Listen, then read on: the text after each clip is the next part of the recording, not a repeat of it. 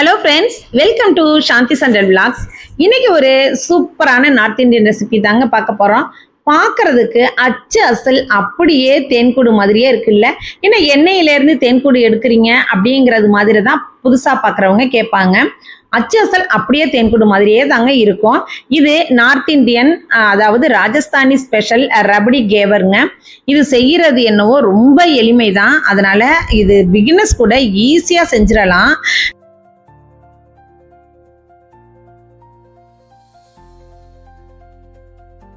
இந்த கேவர் ரொம்ப எளிமையான முறையில் எப்படி செய்யலாம் அப்படிங்கிறத உங்களுக்கு நான் சொல்கிறேன். வீடியோவை ஸ்கிப் பண்ணாமல் ஃபுல்லாக பாருங்கள். இந்த கேவர் செய்கிறத 3 பார்ட்டாக நம்ம பிரித்து எடுத்துக்கலாங்க. ஒன்று ரப்டி செய்கிறது, இன்னொன்று பாகு காய்ச்சறது, ஒன்று கேவர் செய்கிறது அப்படின்னு 3 பாகமாக பிரித்து இதை செய்யலாம். அதுக்கு முன்னாடியே 2-3 ஏலக்காவை பொடியாக நுணுக்கி இது மாதிரி வச்சிடலாம். இப்போ கேவர் செய்ய நம்ம ஆரம்பிக்கலாம். அதாவது அதற்கான மாவு நம்ம ரெடி பண்ணணும். அதுக்கு அகலமான ஒரு பாத்திரம் எடுத்து அதில் 1 ஸ்பூன் அல்லது 1.5 ஸ்பூன் நெய் சேர்த்து 4-5 ஐஸ் கியூப் சேர்த்து கையால் இது மாதிரி நல்லா சுழட்டி விடுங்க. ஒரு 2 மினிட்ஸ் ஆகுது. இது மாதிரி நீங்கள் சுழட்டி வரும்போது அது அப்படியே அந்த நெய் பட்டர் மாதிரி ஆகும். இந்த பாருங்க எப்படி ஆயிருக்கு பார்த்தீங்களா? இது மாதிரி ஆகி அந்த ஐஸ் கட்டி தண்ணி விட ஆரம்பிச்சிடும். அந்த தண்ணியை நம்ம வடிகட்டி எடுத்துடலாம். இப்போ இந்த பட்டர் தான் நமக்கு தேவை. இதில் நம்ம 1 கப்பு, அதாவது 100 கிராம் அளவுக்கு நான் மைதா சேர்த்துருக்கேன். ஒரே 1 ஸ்பூன் அளவுக்கு கடலை மாவு சேர்த்துருக்கேன். இதையும் சேர்த்து இந்த பட்டரோட நல்லா கையால் இது மாதிரி கலந்து விடுங்க. நிறைய பேர் மிக்சி ஜார் யூஸ் பண்ணுவாங்க. மிக்சி ஜார்லாம் தேவையே இல்லைங்க. நம்ம கையால் இது மாதிரி செஞ்சாலே சூப்பராக வரும். நல்லா கைவிடாமல் நல்லா இந்த மாவை அந்த பட்டரோட சேர்த்து, அதாவது நெய் இருக்குது பார்த்தீங்களா, அதோட சேர்த்து நல்லா கலந்து விடுங்க. பாருங்க எப்படி உதிரா அழகாக ஒரு பால் பவுடர் மாதிரி வந்திருக்கு பார்த்தீங்களா? இந்த பதத்துக்கு வரணும். இப்போ கையால் நம்ம எல்லாத்தையும் நல்லா பிசைஞ்சாச்சு. இந்த டைமில் இந்த ரெசிபிக்கு தேவையான பிஞ்ச் ஆஃப் சால்ட்டு சேர்த்துக்கோங்க. சேர்த்துட்டு தண்ணி கலந்துக்கோங்க. தண்ணி கலந்து நல்லா இது மாதிரி ஒரு விஸ்கு வச்சு நல்லா கலந்து விடுங்க. கட்டிகள் இல்லாமல் நல்லா கரைச்சி விட்டுருங்க. இந்த மாவு கரைசல் அப்படிங்கிறது தோசை மாவை விட நீர்த்து இருக்கணும். அதாவது ரவா தோசையெல்லாம் நம்ம பண்ணுவோம் இல்லையா, ரொம்ப தண்ணியா இருக்கும் மாவு. ரவா தோசை பண்ணும்போது அந்த மாதிரி இருக்கணுங்க. அந்த மாதிரி பதத்துல தான் இந்த மாவை கரைக்கணும். அதனால நல்லா ஒரு ரோட்டா அளவுக்கு தண்ணி சேர்த்து நல்லா இது மாதிரி மிக்ஸ் பண்ணி மூடி போட்டு அப்படியே வச்சிருங்க. 5 நிமிஷம் அது அப்படியே இருக்கட்டும். இங்க நம்ம ரபடி செய்யலாம். 1/2 லிட்டர் பால் எடுத்திருக்கேன். 1/2 லிட்டர் பாலை நல்லா சுண்டா காய்ச்சிக்கலாங்க. நல்ல பால் அதாவது பேக்கெட் பால் இருக்குது பார்த்தீங்களா, அதை வாங்கி நீங்கள் யூஸ் பண்ணினீங்க அப்படின்னா ரபடியும் உங்களுக்கு ஈஸியாக நல்லா கிடைக்கும். இதுக்கு நான் அமுல்யா மில்க் பவுடர் தான் சேர்த்துக்கிறேன். 100 கிராம் மில்க் பவுட்ரு இதில் சேர்த்து நல்லா கலந்து விடலாம். அதோட ஏலக்காய் தூள் கொஞ்சம் சேர்த்துக்கலாம். அதே மாதிரி 100 கிராம் அளவுக்கு ஜீனி சேர்த்து இது எல்லாத்தையும் நல்லா மிக்ஸ் பண்ணி நம்ம ரபடி ஆக்கணும். இது கொஞ்சம் பொறுமை தேவைங்க. இது கொஞ்சம் நல்லா பால் வற்றி நல்லா இந்த சைடில் வர்ற ஆடையெல்லாம் எடுத்து விடுங்க. ஆடையெல்லாம் எடுத்து விட்டு, அதாவது ஏடுங்க கூடியது அந்த ஆடையெல்லாம் எடுத்து விட்டு நல்லா சுண்டை காய்ச்சினீங்க அப்படின்னா உங்களுக்கு ரபடி ரெடி ஆகிடும். பார்த்தீங்கன்னா உங்களுக்கு திக்னஸ் அப்படியே நல்ல க்ரீமி கன்சிஸ்டன்சிக்கு வரும். இந்த கன்சிஸ்டன்சி வரும்போது நீங்கள் ஸ்டவ் ஆஃப் பண்ணிவிட்டு ரபடியை நம்ம எடுத்து தனியாக வச்சிடலாம். அவ்வளவுதாங்க, நமக்கு குயிக்காக ரபடியும் ரெடி ஆகிடுச்சு. இப்போ நம்ம இந்த கேவர் செய்யறதுக்கு ஒரு ஆழமான பாத்திரமா எடுத்துக்கோங்க. அகலம் இருக்கக்கூடாது, ஆழமா குழியா இருக்கிறது மாதிரியான பாத்திரத்துல எண்ணெய் சேர்த்து, நான் கோல்டு வினர் எண்ணெய் தான் யூஸ் பண்ணியிருக்கேன். எண்ணெய் சேர்த்து நல்லா சூடாகட்டும். அது அப்படியே இருக்கட்டும்.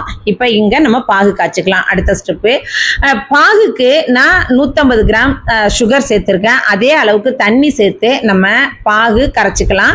பாகு நமக்கு கன்சிஸ்டன்சி நல்லா பிசுக்கு பதம் வந்தா போதுங்க. அதுவும் இருக்கட்டும். இப்போ நம்ம ஏற்கனவே நம்ம கரைச்சி வச்சோம் இல்லையா மாவு, அதை என்ன பண்ணலாம், நல்லா வடிகட்டிடலாம். ஏன்னா கட்டிகள் இருக்கக்கூடாது நம்ம இது செய்யும் போது. அதனால நல்லா வடிகட்டி இதையும் தனியாக எடுத்து வச்சிடலாம். இப்போ 3 பார்ட்டா உங்களுக்கு மாவு ரெடி ஆயிட்டு, ஒரு பக்கம் பாகு ரெடி ஆயிட்டு, ஒரு பக்கம் ரபடியும் ரெடி ஆயிடுச்சு. கன்சிஸ்டன்சி பாருங்க, இது மாதிரி இருக்கணுங்க. நம்ம பாகுக்கு இது பதம்லாம் பார்க்க வேண்டியது இல்லைங்க. கொஞ்சம் ஏலக்காய் பொடி சேர்த்துக்கோங்க. நமக்கு கொஞ்சம் பிசுக்குத்தன்மை அந்த சுகர் கரைஞ்சி நான் வந்தால் போதுங்க. அது அப்படியே இருக்கட்டும். இப்போ நம்ம கேவர் செய்ய ஆரம்பிச்சிடலாம். எண்ணெய் இந்த பக்கம் நல்லா சூடாக இருக்குது. இந்த டைமில் ஸ்பூனில் எடுத்து கொஞ்சம் கொஞ்சமாக சென்டராக பார்த்து ஊற்றுங்க. கரெக்டாக இது ஊற்றுறது சென்டராக பார்த்து ஊற்றுங்க. அதுதாங்க மெயினு. பாருங்க நான் எப்படி ஊற்றுறேன் பார்த்தீங்களா? இது மாதிரி சின்ன ஸ்பூன் வச்சு எடுத்து கொஞ்சம் கொஞ்சமாக விடுங்க. விட விட அது உங்களுக்கு நல்ல பரபரன்ட்டு அப்படியே பொங்கி பொங்கி வரும். பயந்துராதீங்க, பயப்பட வேண்டாம். கொஞ்சம் அதாவது நம்ம ஒரு குழிக்கரண்டி அளவு ஒரு 100 கிராம் அளவுக்கு 100 மில்லி அளவுக்கு சேர்க்கறது மாதிரி நம்ம கொஞ்சம் கொஞ்சமா சேர்க்கணும். 100 மில்லி மாவை ஒரேதிரியா ஊத்தாம அந்த 100 மில்லி மாவை எடுத்து நம்ம ஒரு ஸ்பூனை வச்சு கொஞ்சம் கொஞ்சமா நம்ம விடுறோம். பாருங்களேன், நல்லா அழகா நடுவுல மட்டும் ஓட்ட விட்டு சுத்தி வந்திருக்கு பார்த்தீங்களா? இது இப்படி இருக்க இருக்க இந்த மாதிரி கோல்டன் கலர் ஆயிடுங்க. அவ்வளவுதாங்க, நமக்கு கேவர் ரெடி ஆயிடுச்சு.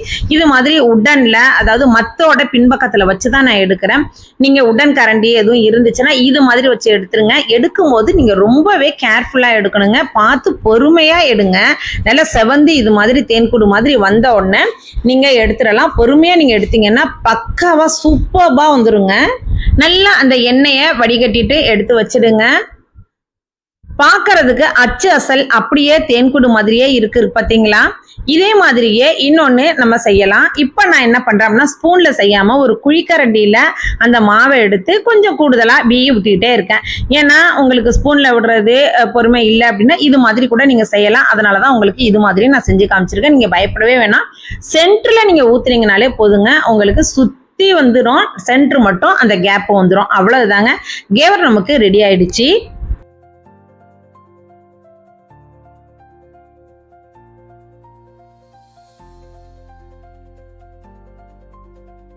அடுத்த ப்ராசஸ் என்னன்னு பாத்தீங்கன்னா, பாகு காய்ச்சி வச்சிருக்கோம் இல்லையா, அந்த பாகை எடுத்து இப்படி எல்லாத்துலயும் ஊத்திடலாம். சுத்தி நம்ம பாகு நிறைய அதை நம்ம கீழேயும் ஒண்ணு இருக்கு, 2 வச்சிருக்கேன் நானு. இதுல ஒண்ணா நம்ம ஊத்திக்கலாம். இல்ல அப்படியே நீங்க ஊத்துனீங்கனாலும் கீழே இறங்கிடும். பாகு ஃபுல்லா ஊத்திட்டு இப்ப ரபடி நம்ம ரெடி பண்ணி வச்சிருக்கோம் இல்லையா, அந்த ரபடியை எடுத்து சுத்தி நீங்க ஊத்திடுங்க. ராஜஸ்தான்ல ரொம்பவே ஃபேமஸ் ஆனதுங்க. அங்க உள்ள பண்டிகை நாட்கள் எல்லாம் கண்டிப்பா இதை செஞ்சிருவாங்க. சூப்பர்வா எல்லாம் ஊத்தின பிறகு பொடியா கட் பண்ண நட்ஸ், பாதாம், முந்திரி, பிஸ்தா எது வேணாலும் இது மாதிரி பொடியா கட் பண்ணி அலங்கரிச்சிருங்க. அவ்வளவுதாங்க, அட்டகாசமான ராஜஸ்தானி ஸ்பெஷல் ரபடி கேவர் ரெடி ஆயிடுச்சு.